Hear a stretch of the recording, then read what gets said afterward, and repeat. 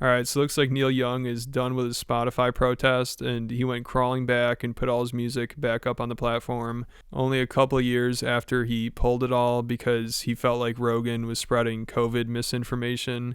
And originally, Neil Young said he's never going back, no chance, he's done with the platform. But of course, to no one's surprise, really, he ended up bringing his music back to Spotify. Even though originally he said he didn't care about the money, he didn't care if other musicians followed him, he didn't care if his fans had to listen to his music somewhere else. He said there's enough other places to listen to it. He claimed he was doing this for the right reasons. He just wouldn't feel comfortable leaving his music up there. And he even did this interview on Howard Stern where he talked about it a little bit. And of course, this did not age very well at all. And it's just so cringy to look back at, especially how much Howard is praising him and acting like what he did is so commendable. But of course, most people at the time realized what Neil was doing is just pure virtue signaling. Like, look at me, I'm doing the right thing.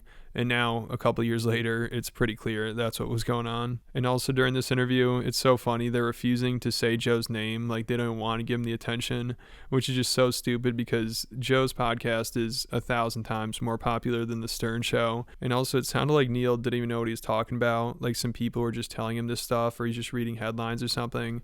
Because he's just like, I heard about doctors spreading misinformation and, people are dying in hospitals and this is real stuff and there's a podcast. And, like, I doubt he actually listened to Joe's podcast at all and came to this conclusion. Like, he just had people tell him this.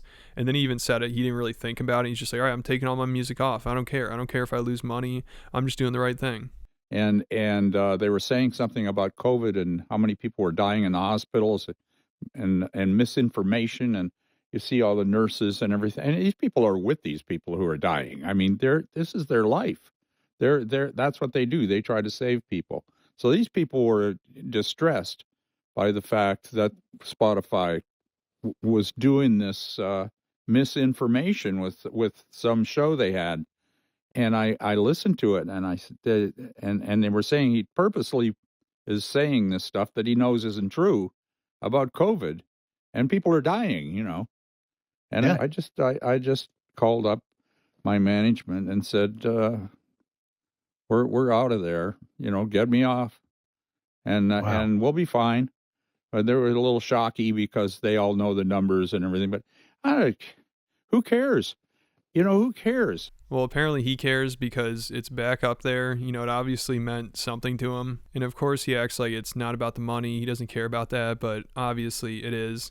Like, he said that his return to Spotify does not reflect a reversal on his stance against Rogan, but Spotify represented 60% of his streaming revenue globally, leading to a huge loss for his record company. But also, of course, he's acting like he's doing it for the fans. That's why he brought it back. He mentioned how Rogan's podcast is on all the platforms now, and he said, because I cannot leave all the services like I did Spotify, because my music would have no streaming outlet to music lovers at all, I have returned. Which I didn't expect him to leave all the platforms, I understand that, but it doesn't really make sense to be like, since I can't leave all the platforms, then I'm going to end the protest and go back to the one that I had a problem with. And also Spotify, they're still the ones that did the deal with Rogan. He's signed to their company still, even though he's on all the platforms, like they're still the ones that are paying him. So it's just pretty obvious Neil caved and he's like, all right, it's not worth it. I'm missing out on too much money here. The protest was stupid. I'm going to come back, even though he'll never admit that. But it's just funny hearing him talk about it at the time because it sounds like he's completely done. He doesn't care how much money he'll lose. He doesn't care what people think. It's his decision and he's sticking with it. But of course, Howard's buying all this bullshit and he's like, oh, you are so brave for doing this. Neil, that is such integrity. What is the calculation? How much money did you turn down? How many millions of dollars? I don't know. You didn't care. You didn't care. I knew I was going to do fine. Were you shocked that more musicians, not that they didn't agree with you, but they didn't step up and join your boycott? No, I wasn't surprised because a lot of people don't look at it like I look at it. And their point of view is different about it. I don't know why, but the way I look at it, that just turned me off, and I made an instant decision. I didn't think about it at all. I said, just take my music off. We don't need it. I've got all these other places, and it sounds better at the other places. What? But wasn't it more than that, Neil? Wasn't it the idea that, hey, you can either have Neil Young or you can have fake information going out about the vaccine. That's the way you put it. I told them, I said, you can have that guy or you can have me, take your choice. So they chose to have that guy because they're making millions of dollars off of him and paying him. They've just given him a whole bunch of money and the whole thing, and that I would just eventually roll over and be back. And you haven't been.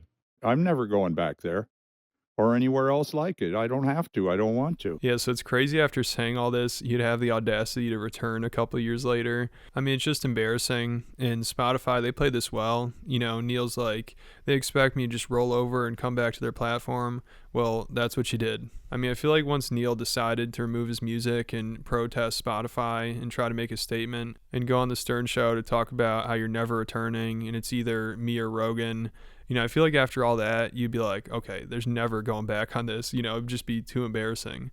But I guess Neil didn't care because money talks at the end of the day. And it's just hilarious that Spotify chose Joe over Neil, and Neil even admits that, yet he'll still go crawling back to them. And the people at Spotify are probably just like, well, that worked out well. Now we have both of them again. So Rogan actually mentioned Neil returning on one of his most recent podcasts, and here's what he had to say about it. Neil Young came back to Spotify.